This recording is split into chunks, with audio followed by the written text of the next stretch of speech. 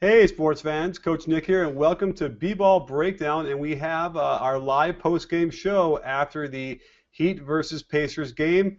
What an interesting game, certainly sluggish to say the least on the Heat side.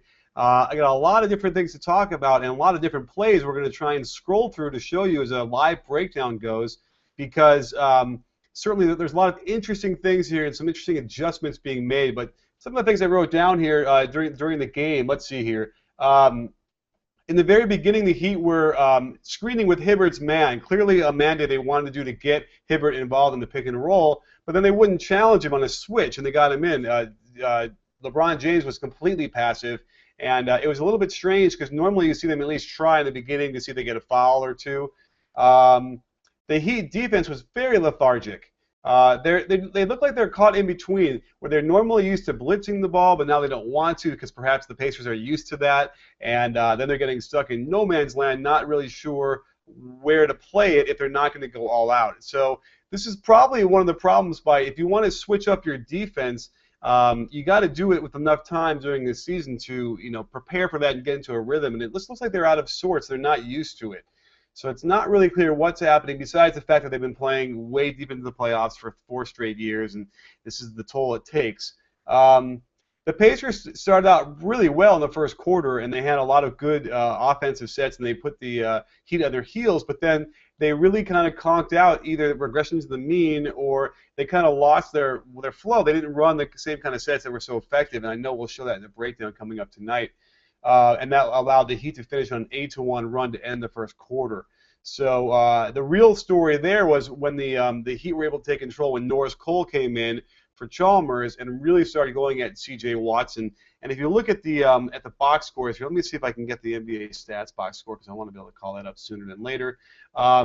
You'll see that Chalmers didn't do so well. Cole did a lot better, and then the bench for the Pacers looked terrible. Let's see here. I mean, if you want to really quickly do the math here, 6, 7, 8, 9 points total from the bench with Razzle Butler with the 6 points out of the 9 total. They're not going to win hardly any games getting that kind of production, especially when they had LeBron James as being so mortal. I mean, without that huge run he had in the fourth with scoring, I think, 9 straight points, LeBron James is injured. There's something wrong with him. So definitely something to keep our eye on. And it looks like it maybe is either his left knee. He wasn't jumping off that left foot, and I was watching for that. He went off the wrong foot a couple different times on what should have been a right-hand layup. It looks like he's protecting it, and that always is a problem because it leads to other injuries. Unfortunately, I guess I've been under a rock because I haven't heard anything about LeBron James being injured, and but there's something wrong. So let me know if you heard anything on Twitter, and make sure you use the hashtag #BBallShow to submit your questions here because we'll get to those pretty quick, and then we'll also try and cover some of the questions we have on YouTube on the comment section. So I tell you what, let's jump right into some of the footage though and get down to the bottom of this. Let me turn the sound off real quick so we don't hear it, and let's do a quick screen share and see what we have with some of the footage. The kind of stuff that you ain't going to get on the TNT or the ESPN show is, live instant breakdown. So our first clip I want to look at is 8:30 in the first. I think that the ESPN cast, oh yes, I can now see the clock a lot better than I can do on TNT. So I'll be able to get there a lot easier. So let's get to 8:30 here. So this is the first time when we see Roy Hibbert. I almost called him Greg. The reason why he's in there is because he's supposed to protect the rim. He's not, if he scores 12, 15 points, it's gravy. But remember, the only thing he's really responsible for is challenging shots. So when you watch here, what they're going to do is they're going to set a screen with David Westman. And Dwayne Wade's going to get middle penetration, okay, which is always a bad sign, but they don't mind it usually so much because when you have Roy Hibbert here to protect the rim. But watch what happens. Wade goes up, a nice little runner, and Hibbert doesn't even get his hand up. That's just, there's no excuse for that. Boy, let's see if I can get, there we go. So let's watch that one more time. Just watch for, you'll see, I'll try and get a freeze frame. Look, his hands get to above his shoulders, but look, he puts them right down from there. Easy shot for Dwayne Wade. That's not going to cut it in a game like this. Every possession is important. Every defensive, you need to get it in their heads. You need to be able to scare Dwayne Wade from not even shooting that shot.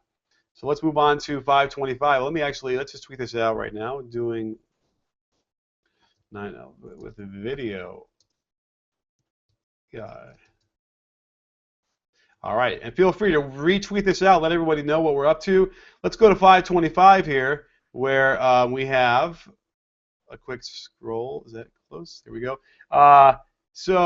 Here was where Lance kind of began his improbable run toward domination, and he finished the game with 25 points on 10 for 17 shooting, 2 for 4 from 3, 7 assists, and 6 rebounds. Just a really good all-around game, only 3 turnovers. And here was a good example. The ball gets kicked out midway through the first, and they end up going to ISO on Lance when he sees that Chalmers is on him. And I was thinking, God, this is a bad idea. You know, they're up by 4 right now, and they should work for something and get something better, make the Heat move. But you know what? He clears out after the attempted screen and then just does that. Boom. And this got him going. It's got the crowd going, too. I think that they were really excited because Lance, here he is. It's the good Lance, the Lance that's making plays.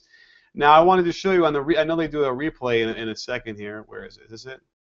Yes. So watch the beautiful hop by Lance. I know it's not going to be, perfectly smooth in the playback, but let's see if we can get something decent because, and I know that I'm a big hop guy. So here it is. Boom. 2 inches. Not a high hop at all. Gets right off the ground. Gets him before he's ready. And what that does is basically redefine the notion of what is an open shot, right? Because even though he's guarded, but he's got him backing up, and as soon as he sees that shuffle step going backwards, it's boom, 2 inches. It's not a good shot, by the way. It's just a step inside the 3-point line. It should be a 3.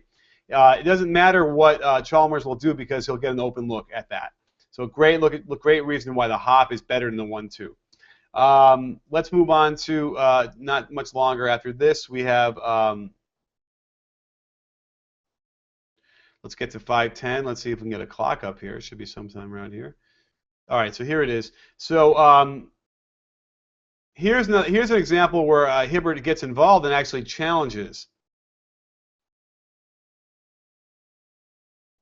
All right, so there's Hibbert now. They screen with Hibbert's man, and you can see Hibbert's backing up. He wants LeBron to take any kind of shot from above the 3-point line to above the free throw line, so he's going to give him all kind of space to contain. LeBron's going to try it, and he goes off that 1 foot that looks like it might be bothering him, the left leg. And you can see that he ends up making it a tougher shot where he's fading away toward his right, and it's a miss. So there's a good challenge by Hibbert, able to jump backwards out of the way, and this leads to a break.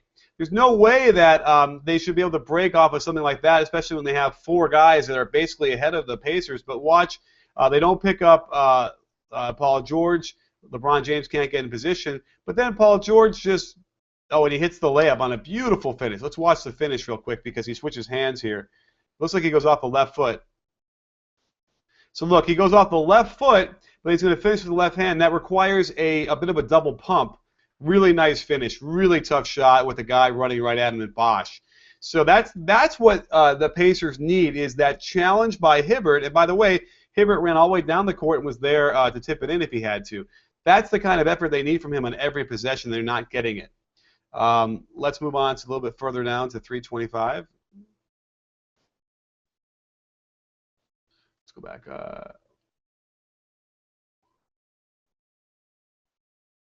So here's what I have. Oh yeah. So they showed this ad nauseum on the breakdown, but I wrote it down anyway because let's see why LeBron ended up guarding Lance because this is the play that LeBron let Lance cut to the basket. So it's interesting to see why was he guarding him in the first place. So here you'll see LeBron on top after I believe it was a turnover, and he's close. You can see my arrow maybe. He's close to Lance up on top here, and his man normally is Paul George who. Is on the clear other side. So in the transition from the turnover, he just can't get there in time. So that forces actually Birdman to pick up Paul George. And that's why Lance was being guarded by LeBron. So I like how Hill pushes the ball, can't get anything in there. So he brings it out and there. So Birdman's on Paul George, which isn't terrible in the post here. And but there's LeBron. He was just standing straight up and down, not in the stance, and then Lance takes advantage. Nice pass by Paul George for the layup. So that covers our first quarter shots. Isn't that cool stuff? Let me get our color balance here. So now I think what we should do is head over to Twitter and see what kind of questions we have there, because let's get you guys involved here. So our Twitter questions are, here we go. And let me call that window up myself so I can make sure. That might be a little too small for you guys, huh? Let's make it a little bit bigger. All right, can you read that? Is that better? I think that's about legible. Let me make this a little wider for you. All right, so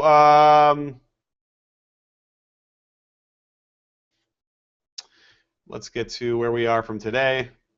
How did I get? Okay, so is Evan Turner or lack thereof the main reason for the Pacers' good play? You know, they didn't ultimately play all the way well enough to win the game. You know, they're probably going to need something from him. And I guess he has the strep throat issue, so that's going to be a problem. Hopefully he'll be back by next game. They're going to need something out of him. If I had to run one play on offense as your team philosophy, what play would you run? Well, I mean, let's see here. Good question. I think the elevator play is my favorite. I think you can get a lot out of that. So I guess if a gun to my head right now, really quickly, I'd say elevator. I think there's a lot of cool stuff. And by the way, I think I would like to see as an experiment flipping the elevator and running it the other way, so the guy gets a double screen going toward the hoop. That would be really interesting to me to see if it would work. Between Paul George and Tony Allen, who's a better defender? Paul George is a better defender. I think he's a better positional defender. Tony Allen will get out of position way too often, gamble, get fouls. You know, Tony Allen is a supreme effort guy, but he needs to get better. I don't think he ever will because he's just so late into his career. But his position isn't always perfect. Paul George is better at that. Let's see here.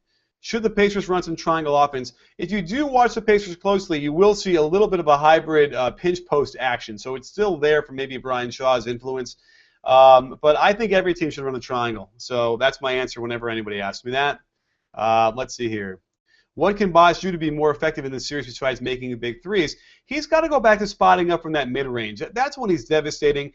I've given up hope that they'll go down to the low block and post up on that right block where he's so devastating. But he definitely needs to get more into that pick and pop and just shoot it. And they're doing a good job, though, of rotating over and staying closer to him to take it away. But I feel like he's also given up taking some of those shots. He's a little bit less aggressive than he needed to be. Although we will show you a nice play off the horns that he got later on. How would I coach Lance? I would think it has to do with equal parts film study and then stopping him in practice when you see it, because there's no question of the bad mistakes he makes. I'm sure they happen in practice, and that's when you need to correct it right away. And I'm always the coach that will blow the whistle and stop to make a teaching point if I have to at any time. I do know other coaches. I don't know if Vogel does this, but I know that other coaches that will simply not blow the whistle and stop. But you need to correct it early. You need to correct it often. You need to use a lot of film tape, and eventually it seeps in, or eventually he stops playing or gets less playing time. But boy, he didn't have too many issues. He had one where he just charged into a guy out of control, and the really good players don't make those mistakes, and that's what they have to eliminate. Cole and Birdman, the key for the Heat. Do you finally agree with me on Chalmers and Haslam? Yeah, let's see here. Gabriel, you definitely have a lot of opinions out here, and you'd love to throw them to me. I love it on Twitter, so good stuff. I had tweeted out that Chalmers was going to make a couple plays that were going to be good, and he certainly did. He had a few threes that were big. But he wasn't great. He had 5 turnovers today. And Haslam also, he actually shot okay. He had 7 points and only 3 rebounds in 18 minutes. But they need those guys to take some of the minutes because obviously Cole and Birdman can't play, too much more than they're playing. So if they can get a win out of this game and get what they got from Chalmers and Haslam, I think that Coach Spoelstra has to be happy. Should Miami stop blitzing the pick and roll and West is the screener? Yeah, because West can do the short roll and then he can do a lot more damage because he doesn't have to roll so deep. Whereas Hibbert needs to get almost 1 foot in the paint when he catches it. West is very dangerous on that. And I think they have. I really think they've stopped doing it. I got to look at each individual one, but it seems like that's the Heat's adjustment already. And I'll show you on the play what they've done already to not blitz as much. First question, Coach, what specifically lost the game for the Pacers? Well, down the stretch, I mean, the Pacers were in decent shape, but then they, if you look at the thing, they only turned the ball over 11 times. But they definitely had some key turnovers there, and they ended up shooting 40%. They just didn't quite make the plays. We'll go through the last couple minutes in a minute, and we'll look at some more key things down the stretch, because there definitely was a moment there with about 2 minutes to go when the game was over. Why doesn't Coach Vogel go to West in the post? I don't know. I would love to see West go down low and then either do some serious damage and force him to put LeBron on him, or continue killing him until they do something. Because I feel like LeBron's going to be the only way they have to go at him when West gets real lower that shoulder happy and it gets effective. It's a real strange thing that they're going to have to look at. I don't know. I feel like the Heat's going to win the series. I feel like they just have the better team. But it's a question of who's going to figure out which better on the bench. We already showed you what the problem was, I thought, with the Heat offense and how the Pacers defense or offense was able to score. So it definitely is in the Heat's favor, I think. And they now have home court advantage. Yeah, the Pacers went away from pick and roll. It's hard to understand how it works. And just so you know, as a coach, these games are going a mile a minute. And it's oftentimes really hard to get your bearings, and all of a sudden you realize the game's over, and you didn't call the play you wanted to call. And I feel like they wanted to go to Paul George and let him dictate some of that, down the stretch. They don't want to make as many passes because they're afraid they're going to turn it over. And then next thing you know, they don't have Lance with the ball getting a screen. It happens, but it's also why you have assistants who are in charge of that kind of stuff, and that's how I would do it. In fact, I was just thinking about this. If I were interviewing, how I would do it is I would have one assistant charting my offense, the plays we're running, and whether we're successful or not. I have another assistant who's just looking at the matchups. Who do they have guarding us? Who are we guarding? And how, on every possession, just to get a feel for what's happening out there, because it's so easy to miss that in real time when you're trying to manage this game. So it's crazy. Let me go here and see if the box score is now up filtered toward. No, it doesn't look like it is yet. Gosh darn. I'm waiting for the NBA stats, special stats page to have the box score where I can filter through the quarters. Oh, wait, is it up yet? Maybe it is. It looks like it's up. All right, cool. So let's go through filter by quarters because I want to show you guys this. Let me see if I can share that screen here. And we'll walk through what happened here with this. Now, this screen, let's see here, how are we doing? Can we read this is the next question. Let's go filter by quarters. And let's see here if I can get this all on one screen. All right. So they do this really wide one. That's going to be tough because we're probably not going to be able to read it, are we? Okay, well, let me make this a little bit thinner, and then maybe I'll make it one bigger. Can we read this? Is this big enough? I think barely, right? It's barely big enough if I make it. So in the first quarter, let's go through here with the Heat first. What we have here is LeBron James was really looking terrible, 1 for 4. And what saved him was Dwayne Wade was aggressive, looked great, 4 for 5, looked active, although he got tired, and this first quarter tired him out. It looked like he never quite got his legs after that. Meanwhile, down here, we have the two guys doing nicely. Lance was 3 for 3 with a 3 and 2 assists. So he was basically responsible for 10 points out of their 21, I want to say, right? Let's see if my memory has served me correctly. Where is the score? Here it is, 21, yes. So really big. Lance was huge. He really kept them going. And it was only at the very end of that quarter did they actually lose their bigger bit of a lead here. So that was an interesting take there. Now let's move on to the second quarter here. I find this very useful to look at this. And then they actually have a time range here, which is kind of neat. You could probably go even closer into the detail. Let's see here. For the LeBron James actually had a decent second quarter, 2 for 3, but even 3 field goal attempts in the 7 minutes, that's about okay. Only 7 minutes in that second quarter with getting some rest.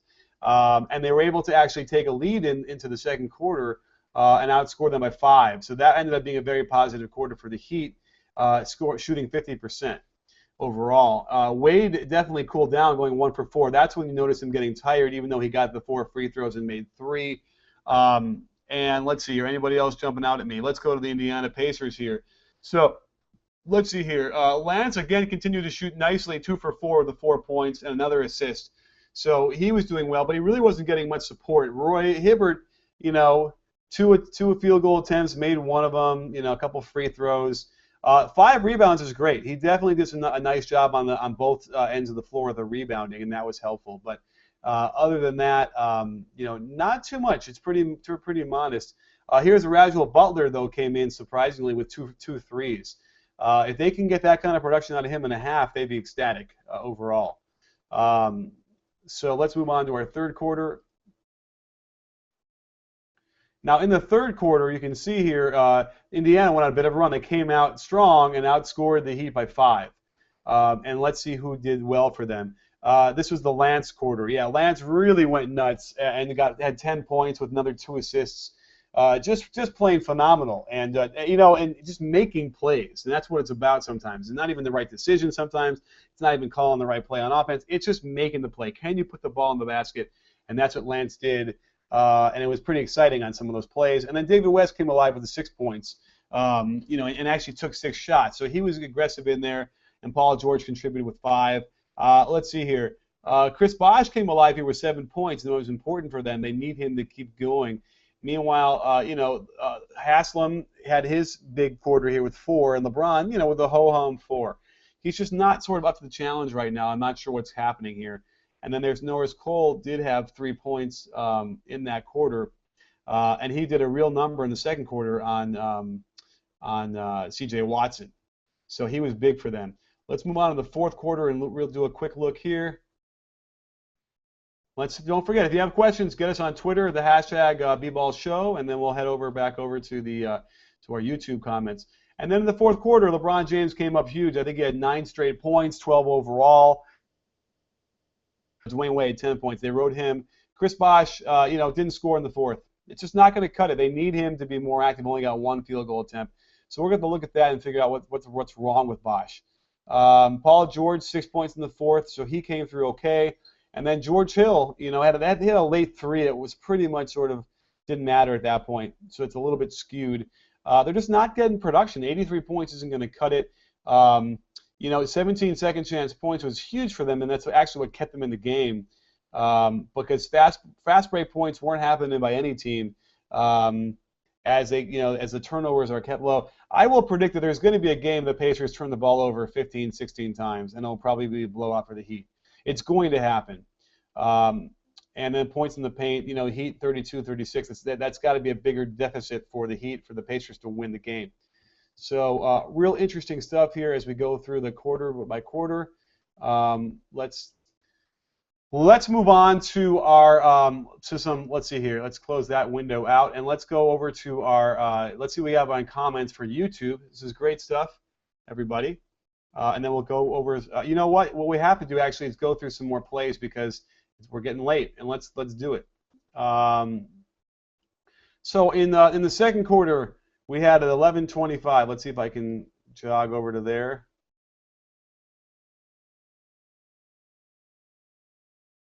Skip some of these commercials. Okay, so we have. Oh, this was very interesting to me. What I was calling reverse ice. So here you can see Lance Stephenson getting a ball screen on the sideline with Dwayne Wade guarding, and Louis Scola is coming up, and here's Shane Battier guarding Louis.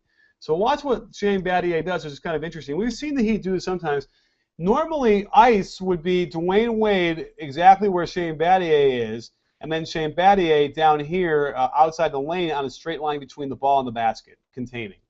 But instead, Battier, who's guarding the screener, ends up kind of playing the ice role, and then it's kind of a reverse, and then Dwayne Wade's sort of where Battier would normally be. Fascinating. They won't let him use it, and then when he goes back, you don't have to switch. Okay? Now, the only problem is it did cause, on that roll, you know, Dwayne Wade made it a harder pass, so Louis had to stretch for it. And here comes Battier in a full sprint. And he actually gets in position, so it works. That is viable. I would like to see this more. Very fascinating stuff. But Louis Scola ends up making a beautiful pass, and that was one of Rajuel Butler's threes. So just to figure out what happened there, let's see here. So that was Ray Allen guarding Rajuel Butler. Oh, So Birdman thought he had to rotate over. It wasn't a bad idea because it looked for a second like Scola might be able to get in there. And that caused Ray Allen to have to kind of bump down here. But Ray Allen does not have to be where he is there, and he's just slow. He needs to be quicker than that. And Cole tried it, but he's got to be quicker on that one. Let's move over to 8:30.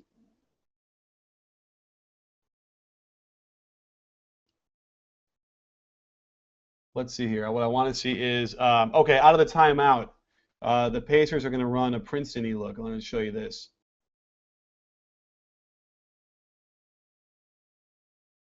Okay, so I think this is it right here. Okay, so let's watch what we hear because it caught my eye, and let's see what we have here. And let's just tweet this out, shall we? Let everyone know. Just so everyone knows, and feel free to retweet. All right, so we're going to look at what looked to me like Princeton. Let's just see how this works. So basically, the Princeton generally it starts with a dribbled pitch to the wing from the guard, which is sort of what's happening here. Okay, and then the guy catching the ball, the guard, who's the guard, the wing who becomes the guard, will swing it across, kind of guard to guard, and then get a back screen from the high post. That's the classic Princeton offense in a nutshell. So watch, Louis, there goes Louis in the back cut. Now, what the wrinkle here is normally Louis Scola would then go to the corner, and that would be how the Princeton is normally run, which is very similar to the triangle. But their wrinkle is instead they turn around and have Louis get a down screen by Hibbert. What's weird is that this is the kind of action you'd see for a player like Kyle Korver or J.J. Redick, not for Scola. So there's some weird, I don't know why they're running this with him. This is out of a timeout. This is the call of play. This is what they want. Very strange personnel-wise. Maybe let it be Stephenson, but instead they let it be Louis, and he does swing the ball. And now what happens is, it just stagnates. There's no other action, whereas Princeton always has another motion into it. So here they run, the screen and roll out of the corner, which is also triangle-ish, and they get a nice little jumper by Louis, but he just blows it. So. Interesting. Now the other interesting thing is, okay, I like that play, good action, not a terrible shot, and they don't run that all game the rest of the game. And it's like, it's hard to be a role player and not not get good shots if you're not running consistent sets where you know where your shots are coming from. It's very hard, and the Heat are guilty of this as well. So let's skip over to LeBron in the air. Oh, yeah. So let's just, we always talk about fundamentals on the show, and certainly jumping in the air to make a pass, even if you're LeBron James, is not always a great idea. A simple, quick hitter pin down for LeBron. Paul George, excellent job to shoot that gap and not, let LeBron get clean through there. Now, normally you'd see a pick like that, and then Haslam should be kind of flaring out here for the pass. Any kind of roll straight to the hoop is going to run right into Hibbert. He's not a threat anymore, and that kind of doesn't help his teammate LeBron, and that's exactly what happens. He rolls there instead of popping out, and LeBron threw another one of these away cross-court as well, where the guys weren't where they thought he was going to be. Just an out-of-sync kind of play here. Now, the very last play of the first half, let's talk about that, where there's only 0.1. All they have is time to tip it in. So, they're going to run this play. That's the dumb thing is, and it's not dumb. I know what LeBron was doing. Of course, you're going to imagine it's going to be Hibbert who's going to get the throw it up for him. So LeBron, wants to help out. But if you look, Birdman is on him. Birdman, LeBron doesn't do much else by getting right next to him and standing there. Birdman will be able to do whatever he needs to do to disrupt the play if he can. So meanwhile, that means that Lance is all by himself. Great read by Paul George to see that, by the way. So they must have made I don't see eye contact being made, but they must have made. I wonder if they made contact before. Let's look real quick here. Oops, sorry. Let's look real quick to see if there was contact before, because that's the kind of play where they know it's going to be Hibbert, but then all of a sudden they switch it to Lance. So I'm watching for watch his eyes. Watch his eyes. No, he's looking. He's not giving it up at all. Now Lance though sees it in points, and there it is. So that must have been the play to begin with. That might have been the whole play, and that they used Hibbert as a decoy. Great, awesome stuff by Coach Vogel, and by the Pacers. Let's go to our questions real quick and see what we have here for the YouTube side of things. And wow, is that too small for everybody? Yes, I'm sure it is. How's that? Is that bigger? Maybe one more, or two more. All right, so let's see if we can make this big enough. All righty. I got to refresh. Let's see. I know we have some questions here. Let's do it in order so we can reward people who are here early. Wow, a lot of questions. Jeez Louise, love it. I love the. By the way, I try and respond to every comment at least once. Oh, okay. Sabrina wants to know what I think of the lottery. Is it rigged or what? And a bunch of people got involved in this.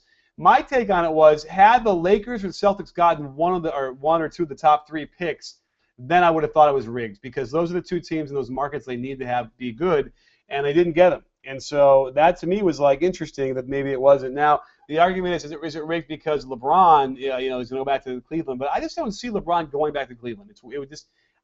I can't see it. This seems weird. It feels like as soon as Dwayne Wade calls it quits in a year or so, they'll be able to use that salary and sign somebody else and just replace him, and then keep going on. So I just don't see it. Joey Crawford was surprisingly quiet. I feel like he wasn't involved in too many bad calls or at all. I feel like the refs weren't much of an issue tonight. How are the Heat able to force turnovers down the stretch? They would put pressure and they try to increase the pressure and the intensity, and it's the Pacers. They're going to turn it over. First question, Coach. What specifically lost the game for the Pacers, won the game for the Heat? Well, I think it was just simply down the stretch. There was about 4 possessions in there that were key, and the Pacers turned the ball over, and the Heat know how to take it over. They know how to put their foot on their throats. So the Heat were able to hang around, and right when the game presented itself, the Heat took it. Yeah, there's something wrong with LeBron for sure. Ugly game for sure. LeBron, there's something wrong with his back or his knee or something, and maybe it'll come out after the game. What's the catch with Allen on PG? Yeah, that's a strange thing. That was definitely something they wanted to do, was put Ray Allen on Paul George. It's a bit disrespectful.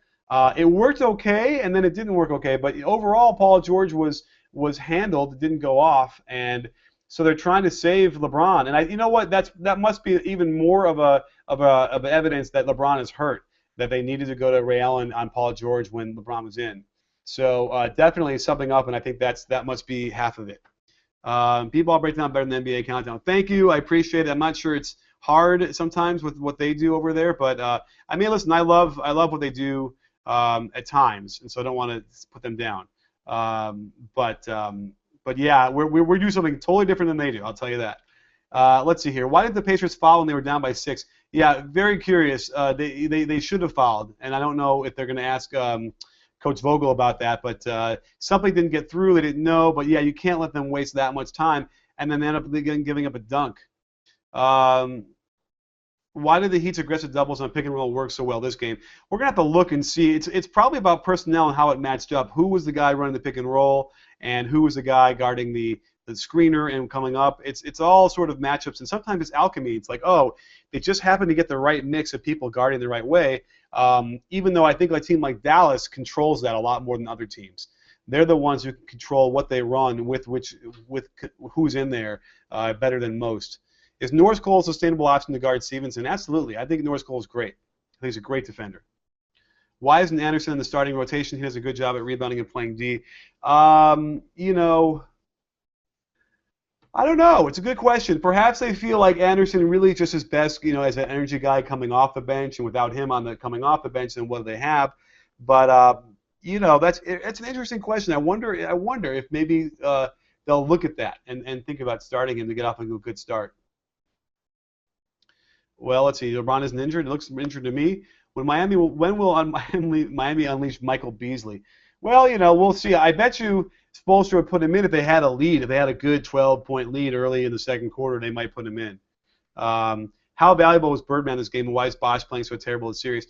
I have to look at it really closely, but I'm sensing that they're sticking to Bosh on pick and roll and pick and pops, not letting him have any of that extra space. Because when you normally watch the Heat, Bosh just shoots like he's alone in the gym. He's that wide open on those pops, and he's just not. And so they're rotating and sticking to him, and they're making it a priority.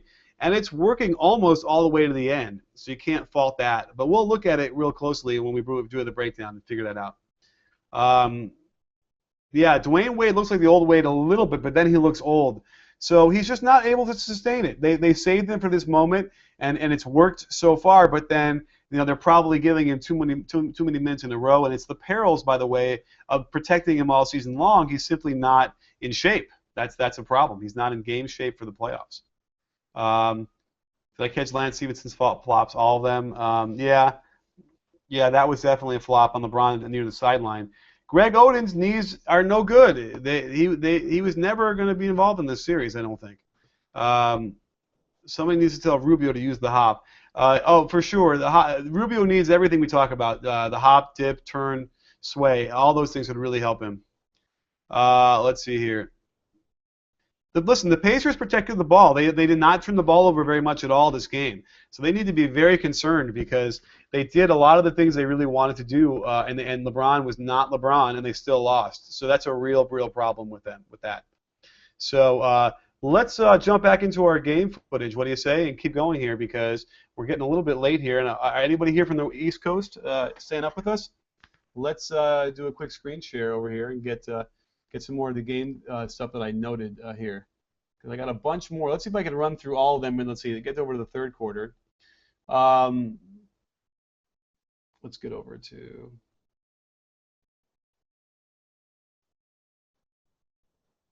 Nine minutes and 12 seconds. Okay, so... All right, so we have horns set. The Heat don't run this enough. Very frustrating. So here's the horns. You got Haslam and Bosch on the elbows, and then you go Wade and gosh, you got LeBron in the corner. Yeah, LeBron in the right corner. Now usually LeBron's in the left corner. I feel like it, and then also usually LeBron's on the left elbow. But because Haslam's here, they're not going to put Haslam in the corner.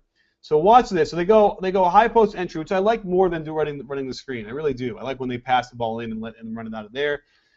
Chalmers has a choice. He can go strong side and screen for LeBron, or he can go weak side and screen for Wade. And he goes weak side, and that means that Bosch gets some space in here because Paul George doesn't want to help too much off of LeBron. And going to his right, definitely shocking to West, who can't keep up with him, and he gets the layup. Beautiful call. They need more of this. Let's move on to, let's see, 8:25. Oh, let's get too far. Okay, so here we have a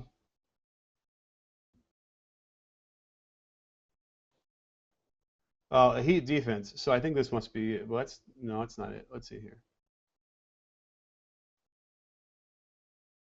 Okay, here, this is it. So basically, we have a nice, we have a LeBron post-up, which we haven't seen enough of, in my opinion, but we had a few of them.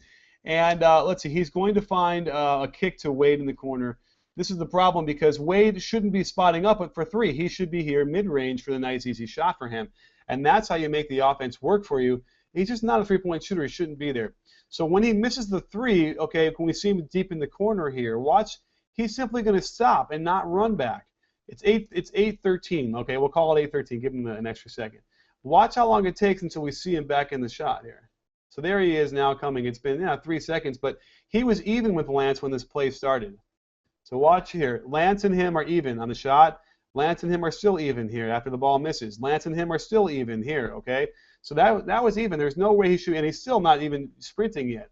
But then at some point in here, off screen, we can't see it. Lance just beats him right down, and Wade is way too slow, and they get the tip in, or the alley-oop. So nice play by Lance to run the hoop, and not a great pass, but it worked. And, Wade is already tired. 8 minutes left in the third. Let's move on to 6:09. Okay, so this is going to be the Lance. Okay, the Lance is not going to pick and roll. So real nice when you can be tricky with your pick and roll and not use the pick. So look, they're setting a screen for Lance to go to his right.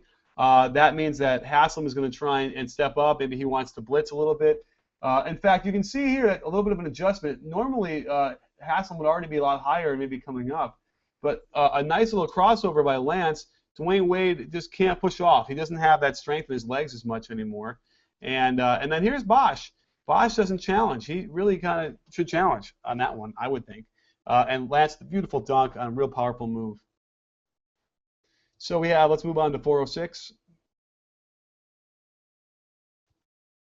So here we have Wade doesn't move. Okay, this is another really bad defensive play by Dwayne Wade, and they won, so they're going to get away with some of this stuff. But okay, here's so watch. They're icing this. They force him away from the screen, and they sink down. They don't blitz. This is one of those adjustments they made because in the past it would be an all-out blitz on Lance, and I wouldn't have even minded because we know that Lance will throw the ball away, but they've given him some space. So now watch this. He jump pass to David West. Now at this point, Hasselman has the ability to jump in there and contain. Watch what Wade does. See that? Wade should be sprinting. Went back too far, but watch. He needs to sprint 2 steps, that's all, to get in front of Lance on the pass. 1, 2. But he doesn't. He just stands there. Beautiful pass by David West, and then there's the and one. And this is what was plaguing the Heat a lot. There were some real breakdowns on effort stuff. Really problematic. So let's go to 357 right after this. We have a LeBron post-up.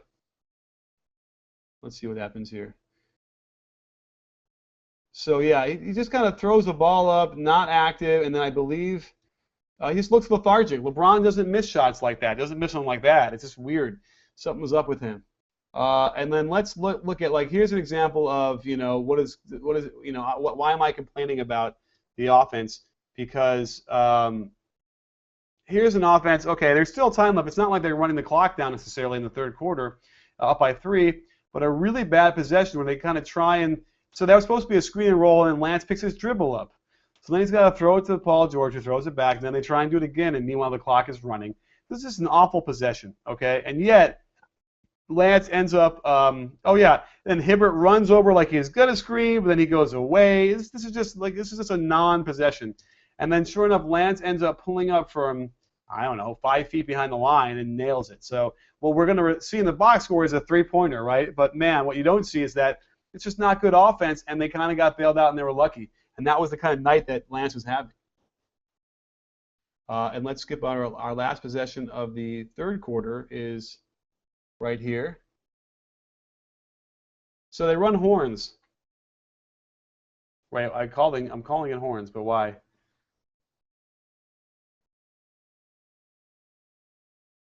Oh, I see. It was after this. So let's skip a little bit here. Okay. So out of the timeout, they run horns, and which is nice. Nice to kind of break into a set like this right away. Lance is kind of jogging. He should be in the corner. And so here's what happens here. They do the high post feed, like I told you, I liked a lot better than running a pick and roll. They send the point guard to the weak side. And you can see here that Paul George has slid in from the corner into like a post-up area. From there, that becomes flex. I really like that. I love Paul George cutting across, looking for the post-up, doesn't get it. There's flow here. They hit the high post on West, and then there is the other high post guy who's already standing there setting a pin down. Ray Allen, I think, gets hit in the head by his own man. Let's see what happens with Ray. So watch Ray Allen here if you can see him. Oh, yeah. Birdman got his hand up, nails Ray in the head, and that gets Paul George a little nice hop 3. Beautiful. But good offense there. I love how it flows from different things. It's not stagnant. They don't do this enough. All righty. Let's head on over to Twitter and get a couple more questions before we continue this, and then we'll kind of move on here. So I know we have some more Twitter questions.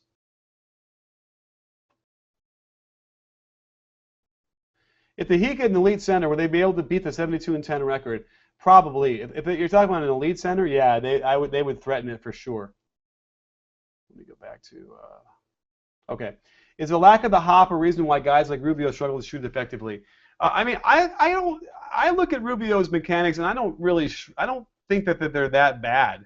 So I would say he's one of those guys that needs a little bit more confidence, and I know that Paul Hoover hates the confidence notion, but I think that would help. But I think he needs a hop. I think it would really help him. I think he's thinking too much through everything right now because I feel like off his hand it looks okay. What is the Pacers' best play in your opinion? I like the pinch post action they run. I love the elevator they run for Paul George. I didn't see it once, by the way, which is really too bad.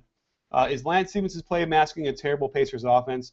At times, I just showed you. Good question to ask right now. It does. A lot of the plays that any of those guys make hides the fact that the offense wasn't really great. Can either one of these teams beat the Spurs in a 7-game series? It does not look like that at all to me. Good question, Travis. I don't think that neither of these teams can beat the Spurs the way they're playing at all. Do I like Miami's aggressive defense, especially on pick and roll? No. You know what? When it works, it works. But I've been complaining about how they get so out of position that gives up too many easy shots when the offense gets used to it. But right now they're stuck in no man's land. It's not as aggressive as it used to be, and so now these guys are sort of half and halfway between. It's not making them as effective. Although, listen, they held them to what, 80-something points, so I can't argue right now with it. But it's not from the over-aggressive defense we're used to seeing. Is Odin the X factor for the Heat to win the series? Should they play him? If they could play him, they would. But his knees are bone on bone. He's probably in pain. He can't move. It was an experiment, and it was worth trying, and it didn't work out. Okay, Ian, there's your name live. Slightly off topic from the game. Is Lance still a Pacer next year? Payroll could be an issue. Hoping he lands in Chicago. I don't know. If I were a GM, I wouldn't pay him top dollar. I just don't think Lance is consistent enough right now to merit that. I would give him $8 or $9 million total, or tops, a year, and he probably will end up getting like 11. I don't think Chicago. I think obviously Chicago wants Melo, and I don't think they need Lance with Jimmy Buckets there. He'd always look good when LBJ's in the post. Why don't they do it more? I don't know why they don't do it more. I really don't. I don't know why or how they run any of their offense in the Heat sometimes. Lance played his best game. They still lost. Concern for the Pacers. Well, I think what they should be more concerned with is that LeBron played one of his worst games that he'll probably play, unless he's completely injured, for long term, and they lost. So that's where they have to be. And Bosh didn't play well either. So you had very ho-hum from LeBron, not good from Bosh, and the Heat still won. So that's what the Pacers need to be really concerned with. Is there no chance LeBron is either in his head or just being slowed down by Paul George? I don't think so. I'm looking at stuff in between in the round that doesn't really even relate to Paul George, and I'm not liking what I'm seeing.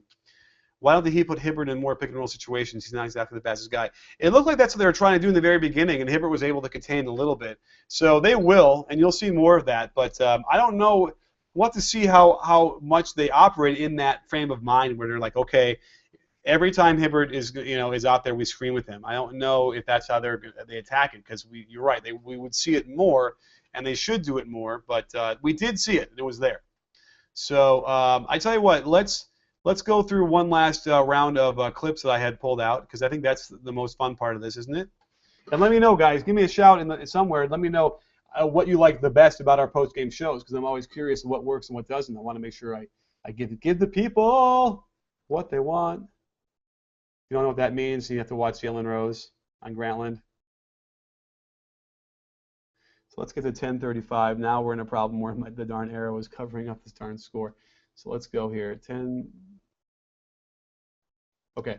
So 10:35. Again, so we saw LeBron fall asleep once on that cut by Lance Stephenson. Now again, and we saw the same exact play in Game 1. Same exact mistake by LeBron. He's guarding C.J. Watson, which is a little bit strange. They got Cole on Stephenson, which I don't mind. Badia and Scola, which is fine. Ray Allen on Paul George. Again, it has to be because of LeBron's not feeling well. So he's guarding Watson, and then watch. He just loses Watson. He's completely ball watching. He has no idea where his man is. And even when he sees him, he doesn't really sprint. He lets him throw it. But somehow he must know that Watson's going to miss that layup. Just totally got away with that. Very strange stuff from LeBron. Can't understand it. Let's see here, 8:58.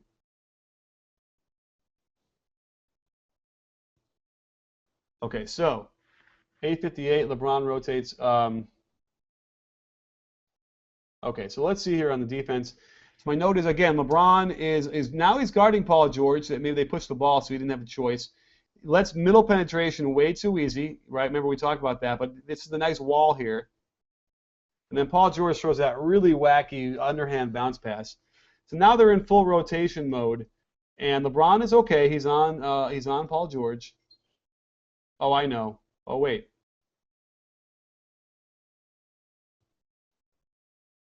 This is not the play. I want to see the layup. Did I miswrite down the number wrong? Let's see here.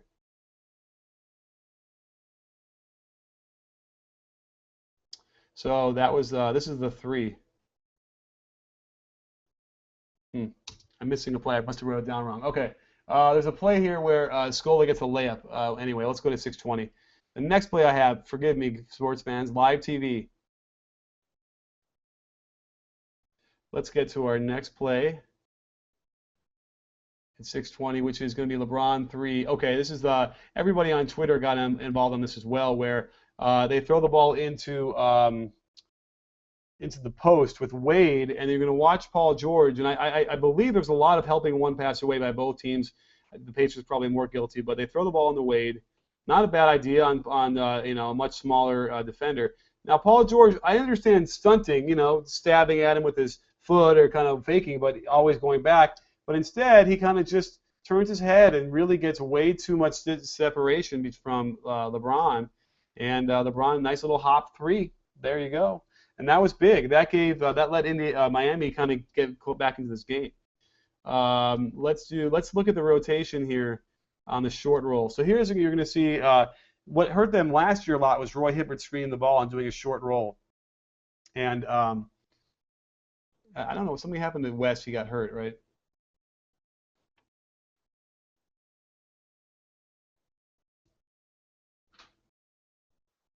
Okay.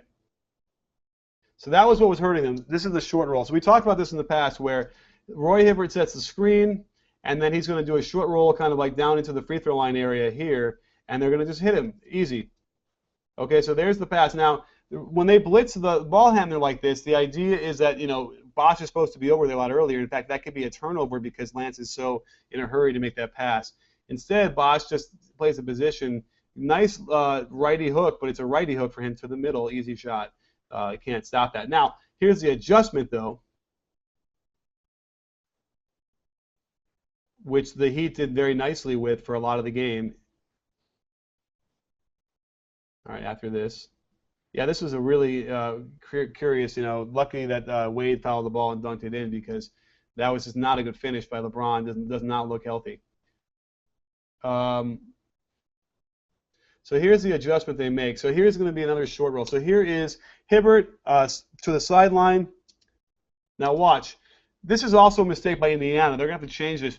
By having David West on top, it lets Chris Bosh rotate really early over like we had wanted him to do before. And you watch, he's going to basically play 2 guys. So now he's able to shadow Hibbert, and then there's LeBron playing the back line if they need him. And and that because Bosh did that and LeBron was there, it stalled enough for Birdman to hustle back and be able to pick up his man Hibbert again, and that blew it up. So that was really important. That's all it did. And then they got a steal because Paul George just threw it away. That was a crucial steal. And honestly, that was the game. When you're down by 5, and within 3 minutes, they never really closed after that because Paul George threw it away.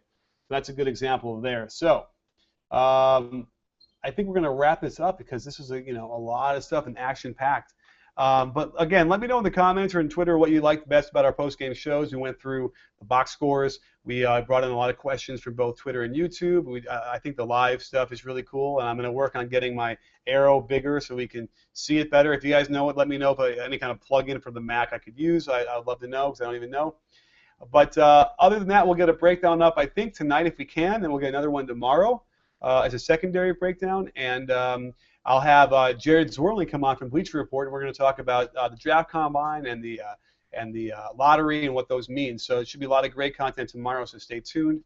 And don't forget, sports fans, at B-Ball Breakdown, we're not a channel, we're a conversation. You in?